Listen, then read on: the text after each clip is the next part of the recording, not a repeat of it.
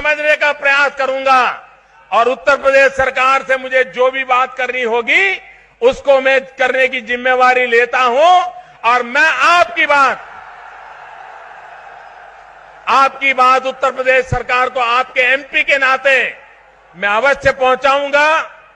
और मुझे विश्वास है कि मेरे शिक्षक मित्र जो विद्यार्थियों के जीवन को तैयार करते हैं, जो विद्यार्थियों का हौसला बुलंद करते हैं, जो विद्यार्थियों को जीने की प्रेरणा देते हैं, उनके जीवन में आत्महत्या का मार्ग कभी उचित नहीं हो सकता है। उत्तर प्रदेश की सरकार भी इन संवेदनशील मामलों को पूरी तरह गंभीरता से लेती है, ऐसा मुझे विश्वास है। और इसलिए कोर्ट का ऑर्डर आने दीजिए, उत्तर प्रदेश सरकार को समय दीजिए।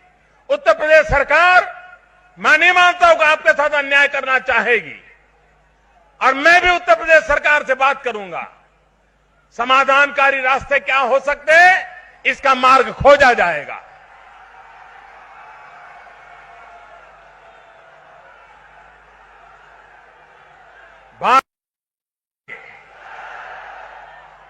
भाइयों बहनों, आज काशी में टूरिज्म को बढ़ावा देना बहुत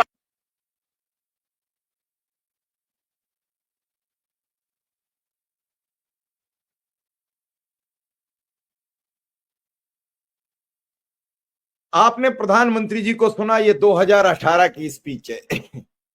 19 का लोकसभा चुनाव हो गया, ये 2018 में दिसंबर में ये वो काशी की जमीन पर बोल रहे थे और उसके बाद 2018 का ये स्पीच के बाद 2019 का लोकसभा हो गई, 2022 की विधानसभा हो गई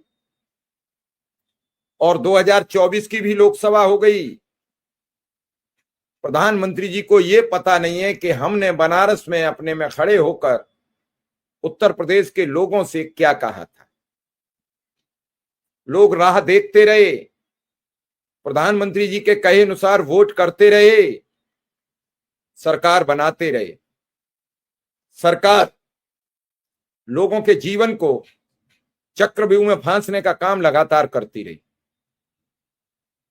क्या मीडिया के बंधु जो मेन स्ट्रीम मीडिया के टीवी चैनल्स बैठे हैं, क्या उनके रिपोर्टर्स को नहीं मालूम है कि कितनी परेशानी में इस राज्य के संविदा कर्मी, इस राज्य के अनुदेशक, शिक्षा मित्र जो बार बार लखनऊ जाकर धरना करते हैं, प्रदर्शन करते हैं, उसके बारे में किसी को पता नहीं है। मैं ये सबसे कहूंगा कि चलाइए ट्विटर अभियान, आज यहां तक का 10-15 मिनट का वीडियो काट के और भेजिए प्रधानमंत्री जी को। कम से कम 5000 लोग उनके कमेंट बॉक्स में, मैसेज में टैग करिए, याद दिलाया जाए। कोई नहीं कर रहा है तो हम लोग तो मिलकर कर सकते हैं, ये काम भेजने का काम कर सकते हैं, शायद कुछ हो जाए। बड़े बदलाव की चर्चाएं, बड़े काम की चर्चाएं,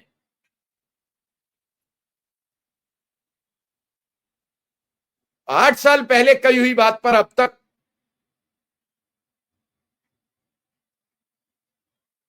कोई रिएक्शन नहीं, कोई एक्शन नहीं। एक बात तो पता लग जाती कि जो वादा किया जाएगा वो कब तक पूरा किया जाएगा, कितने वर्ष का उसमें इंतजार रहेगा, क्योंकि ऐसे तो पता लगता नहीं।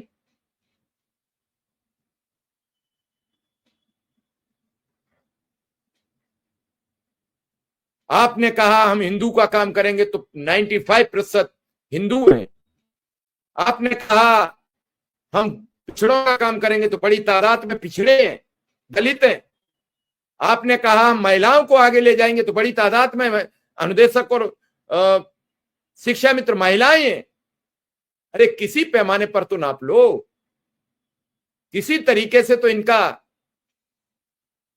जीवन सुरक्षित करने का काम कर दीजिए। इनका जीवन चला जा रहा है।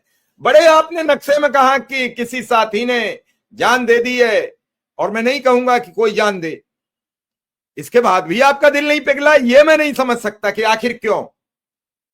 इतनी बड़ी स्पीच देने के बाद आपने कहा वो कोर्ट का ऑर्डर हमें नहीं मिला, हमने जो शिक्षा मित्र के नेता बुलाए उन पर भी कोर्ट का ऑर्डर नहीं था।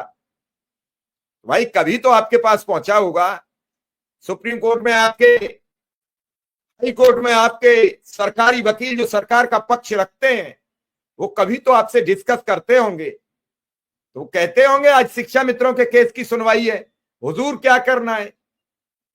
आए दिन सोशल मीडिया पर अब लोग सवाल उठाने लगे हैं। अब तो एक नई बात और कही जा रही है कि इस देश में संविदा कर्मी नियमित होने के लालच में संविदा की नौकरी खोज रहा है और फिर एक संगठन बना लेंगे, संगठन के जरिए सरकार पर दबाव बनाएंगे और नियमित होने का एक नया प्रोपेगेंडा रच देंगे। प्रोपेगेंडा है उनकी निगाह में। आप एक प्रोपेगेंडा रचोगे, एक उम्मीदवार बनाओगे,